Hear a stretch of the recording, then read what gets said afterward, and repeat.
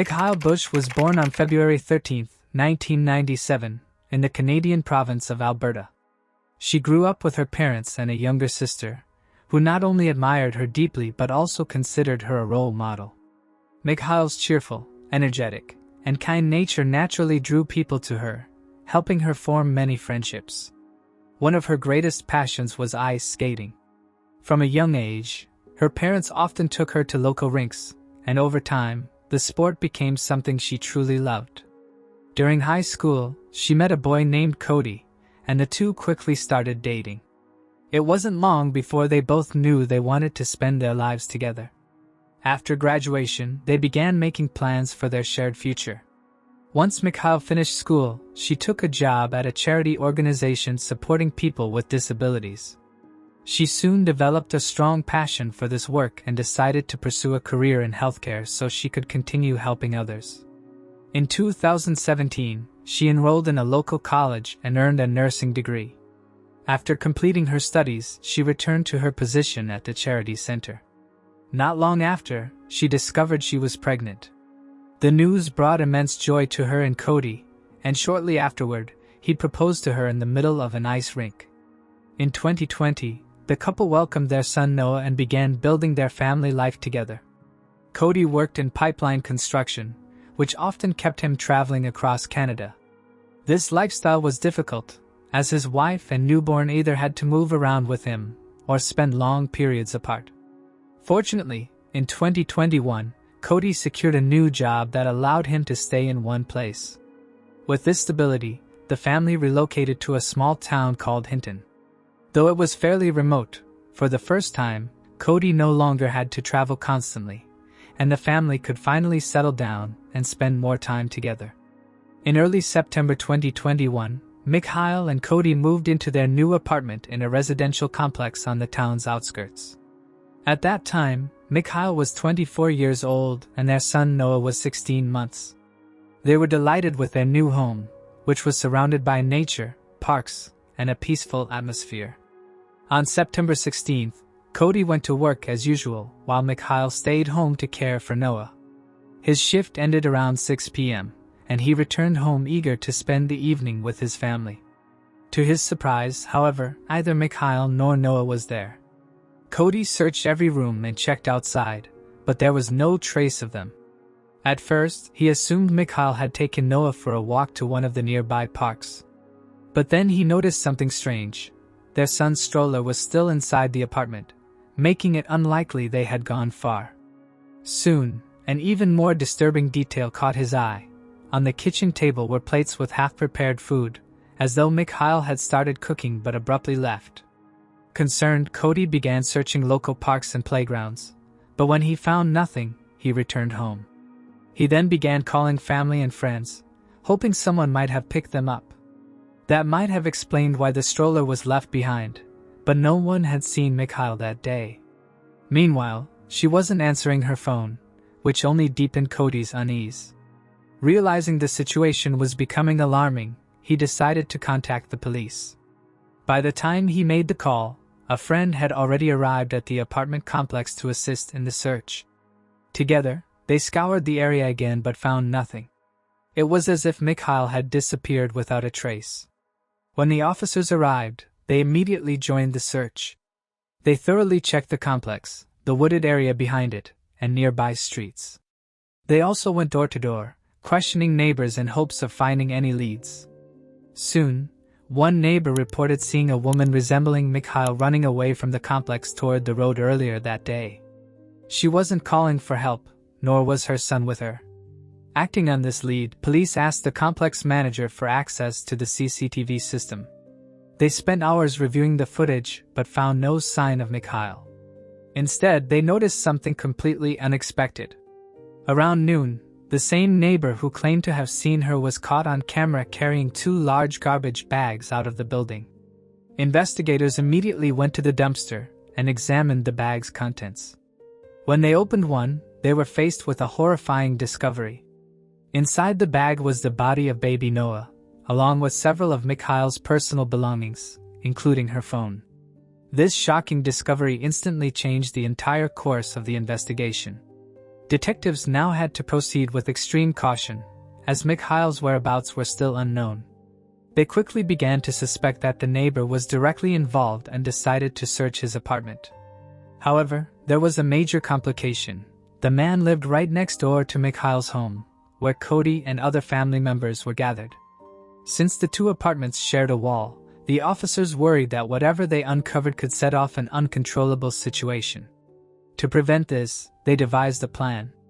They asked Cody and his relatives to temporarily leave their apartment, explaining that investigators needed to conduct a detailed search. What they didn't reveal was that Cody's son had just been found only a short distance away. Once Cody stepped out, the police immediately entered the neighbor's apartment. The man gave them permission to search, and when investigators reached the bathroom, they discovered Mikhail's body. She was lying in the bathtub, completely unclothed. Following this devastating discovery, the neighbor, identified as 53-year-old Robert Major, was placed under arrest, and detectives now had the grim task of reconstructing what had occurred inside his apartment. While waiting for the medical examiners to confirm the exact causes of death, officers started digging into Robert's background, and what surfaced was deeply disturbing. He had an extensive criminal record spanning decades, with over 24 charges, the majority of them for sexual offenses. Despite his long history of arrests, Robert had only served relatively short prison terms. During his time behind bars, he was evaluated by multiple psychiatrists, openly admitting that he enjoyed committing these acts and took pleasure in them. Experts consistently warned that he was highly likely to reoffend, yet instead of being kept in custody after his repeated crimes, he was released in 2016.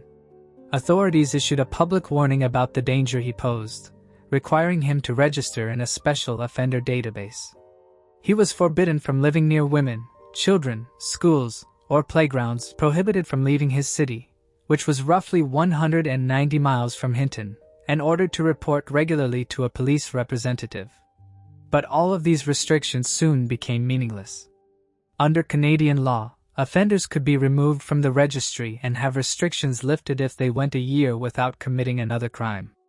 Because of this, Robert eventually fell off law enforcement's radar years before the tragedy. At some point, he moved to Hinton and settled into a residential complex filled with families and children.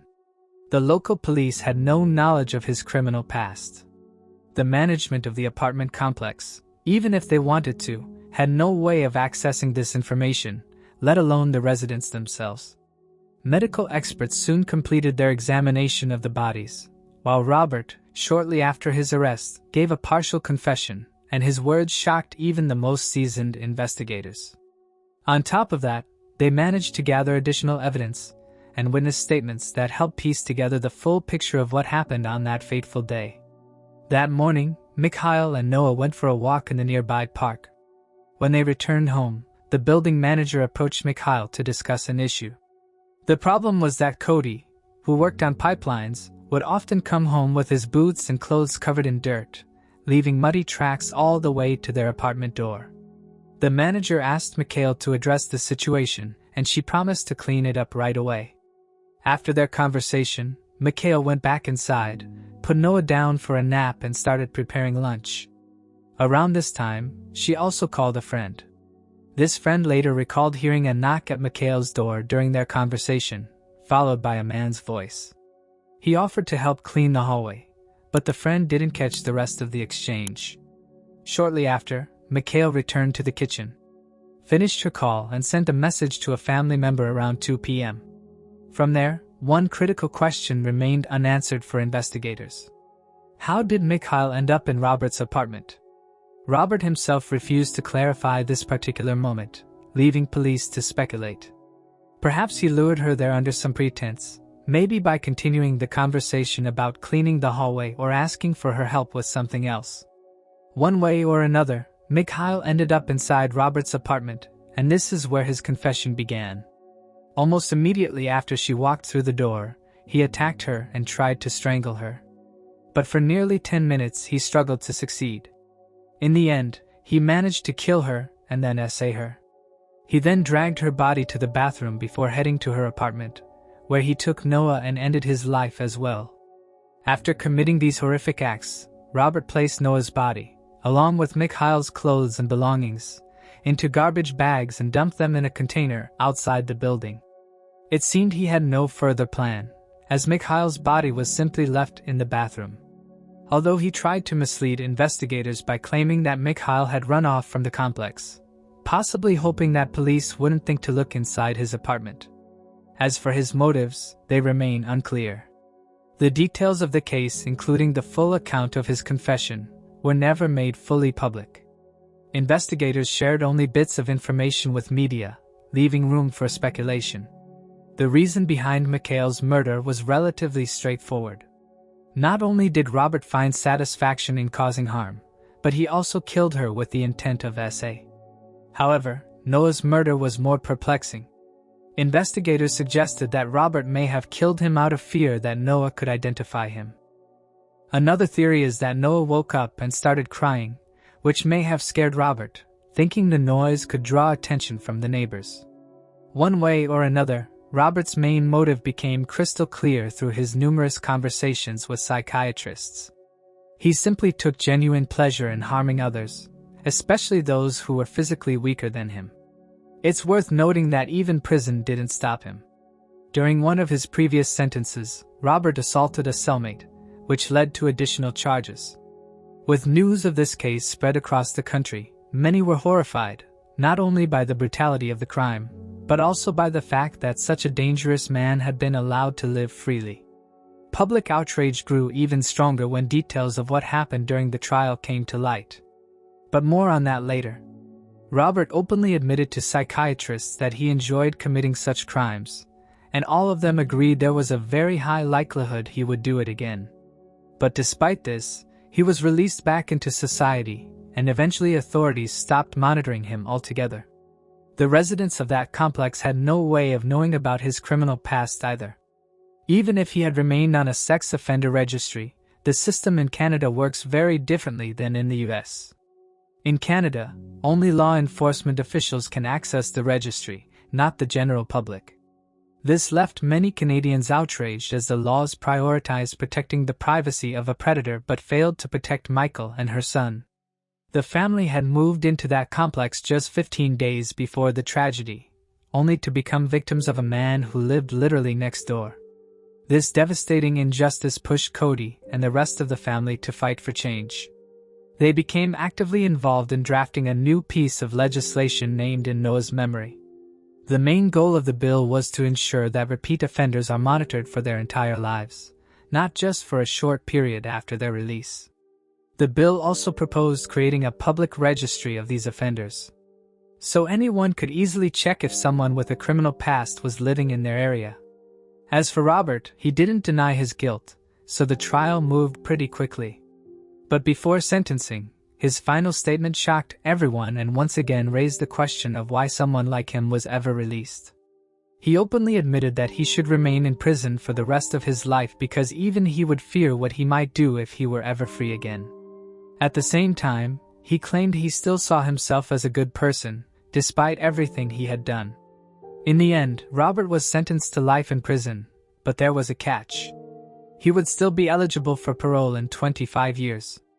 If he lives that long, he'll be 78 years old, and there's no guarantee he wouldn't still pose a threat to others, even at that age. As for the bill the victim's family is fighting for, progress has been frustratingly slow. Despite years of advocacy, the legislation still hasn't been passed, and it's unclear if it ever will be. If you found this case intriguing, make sure to like and subscribe. We upload new crime case videos every night. Stay tuned, and brace yourself for what's coming next.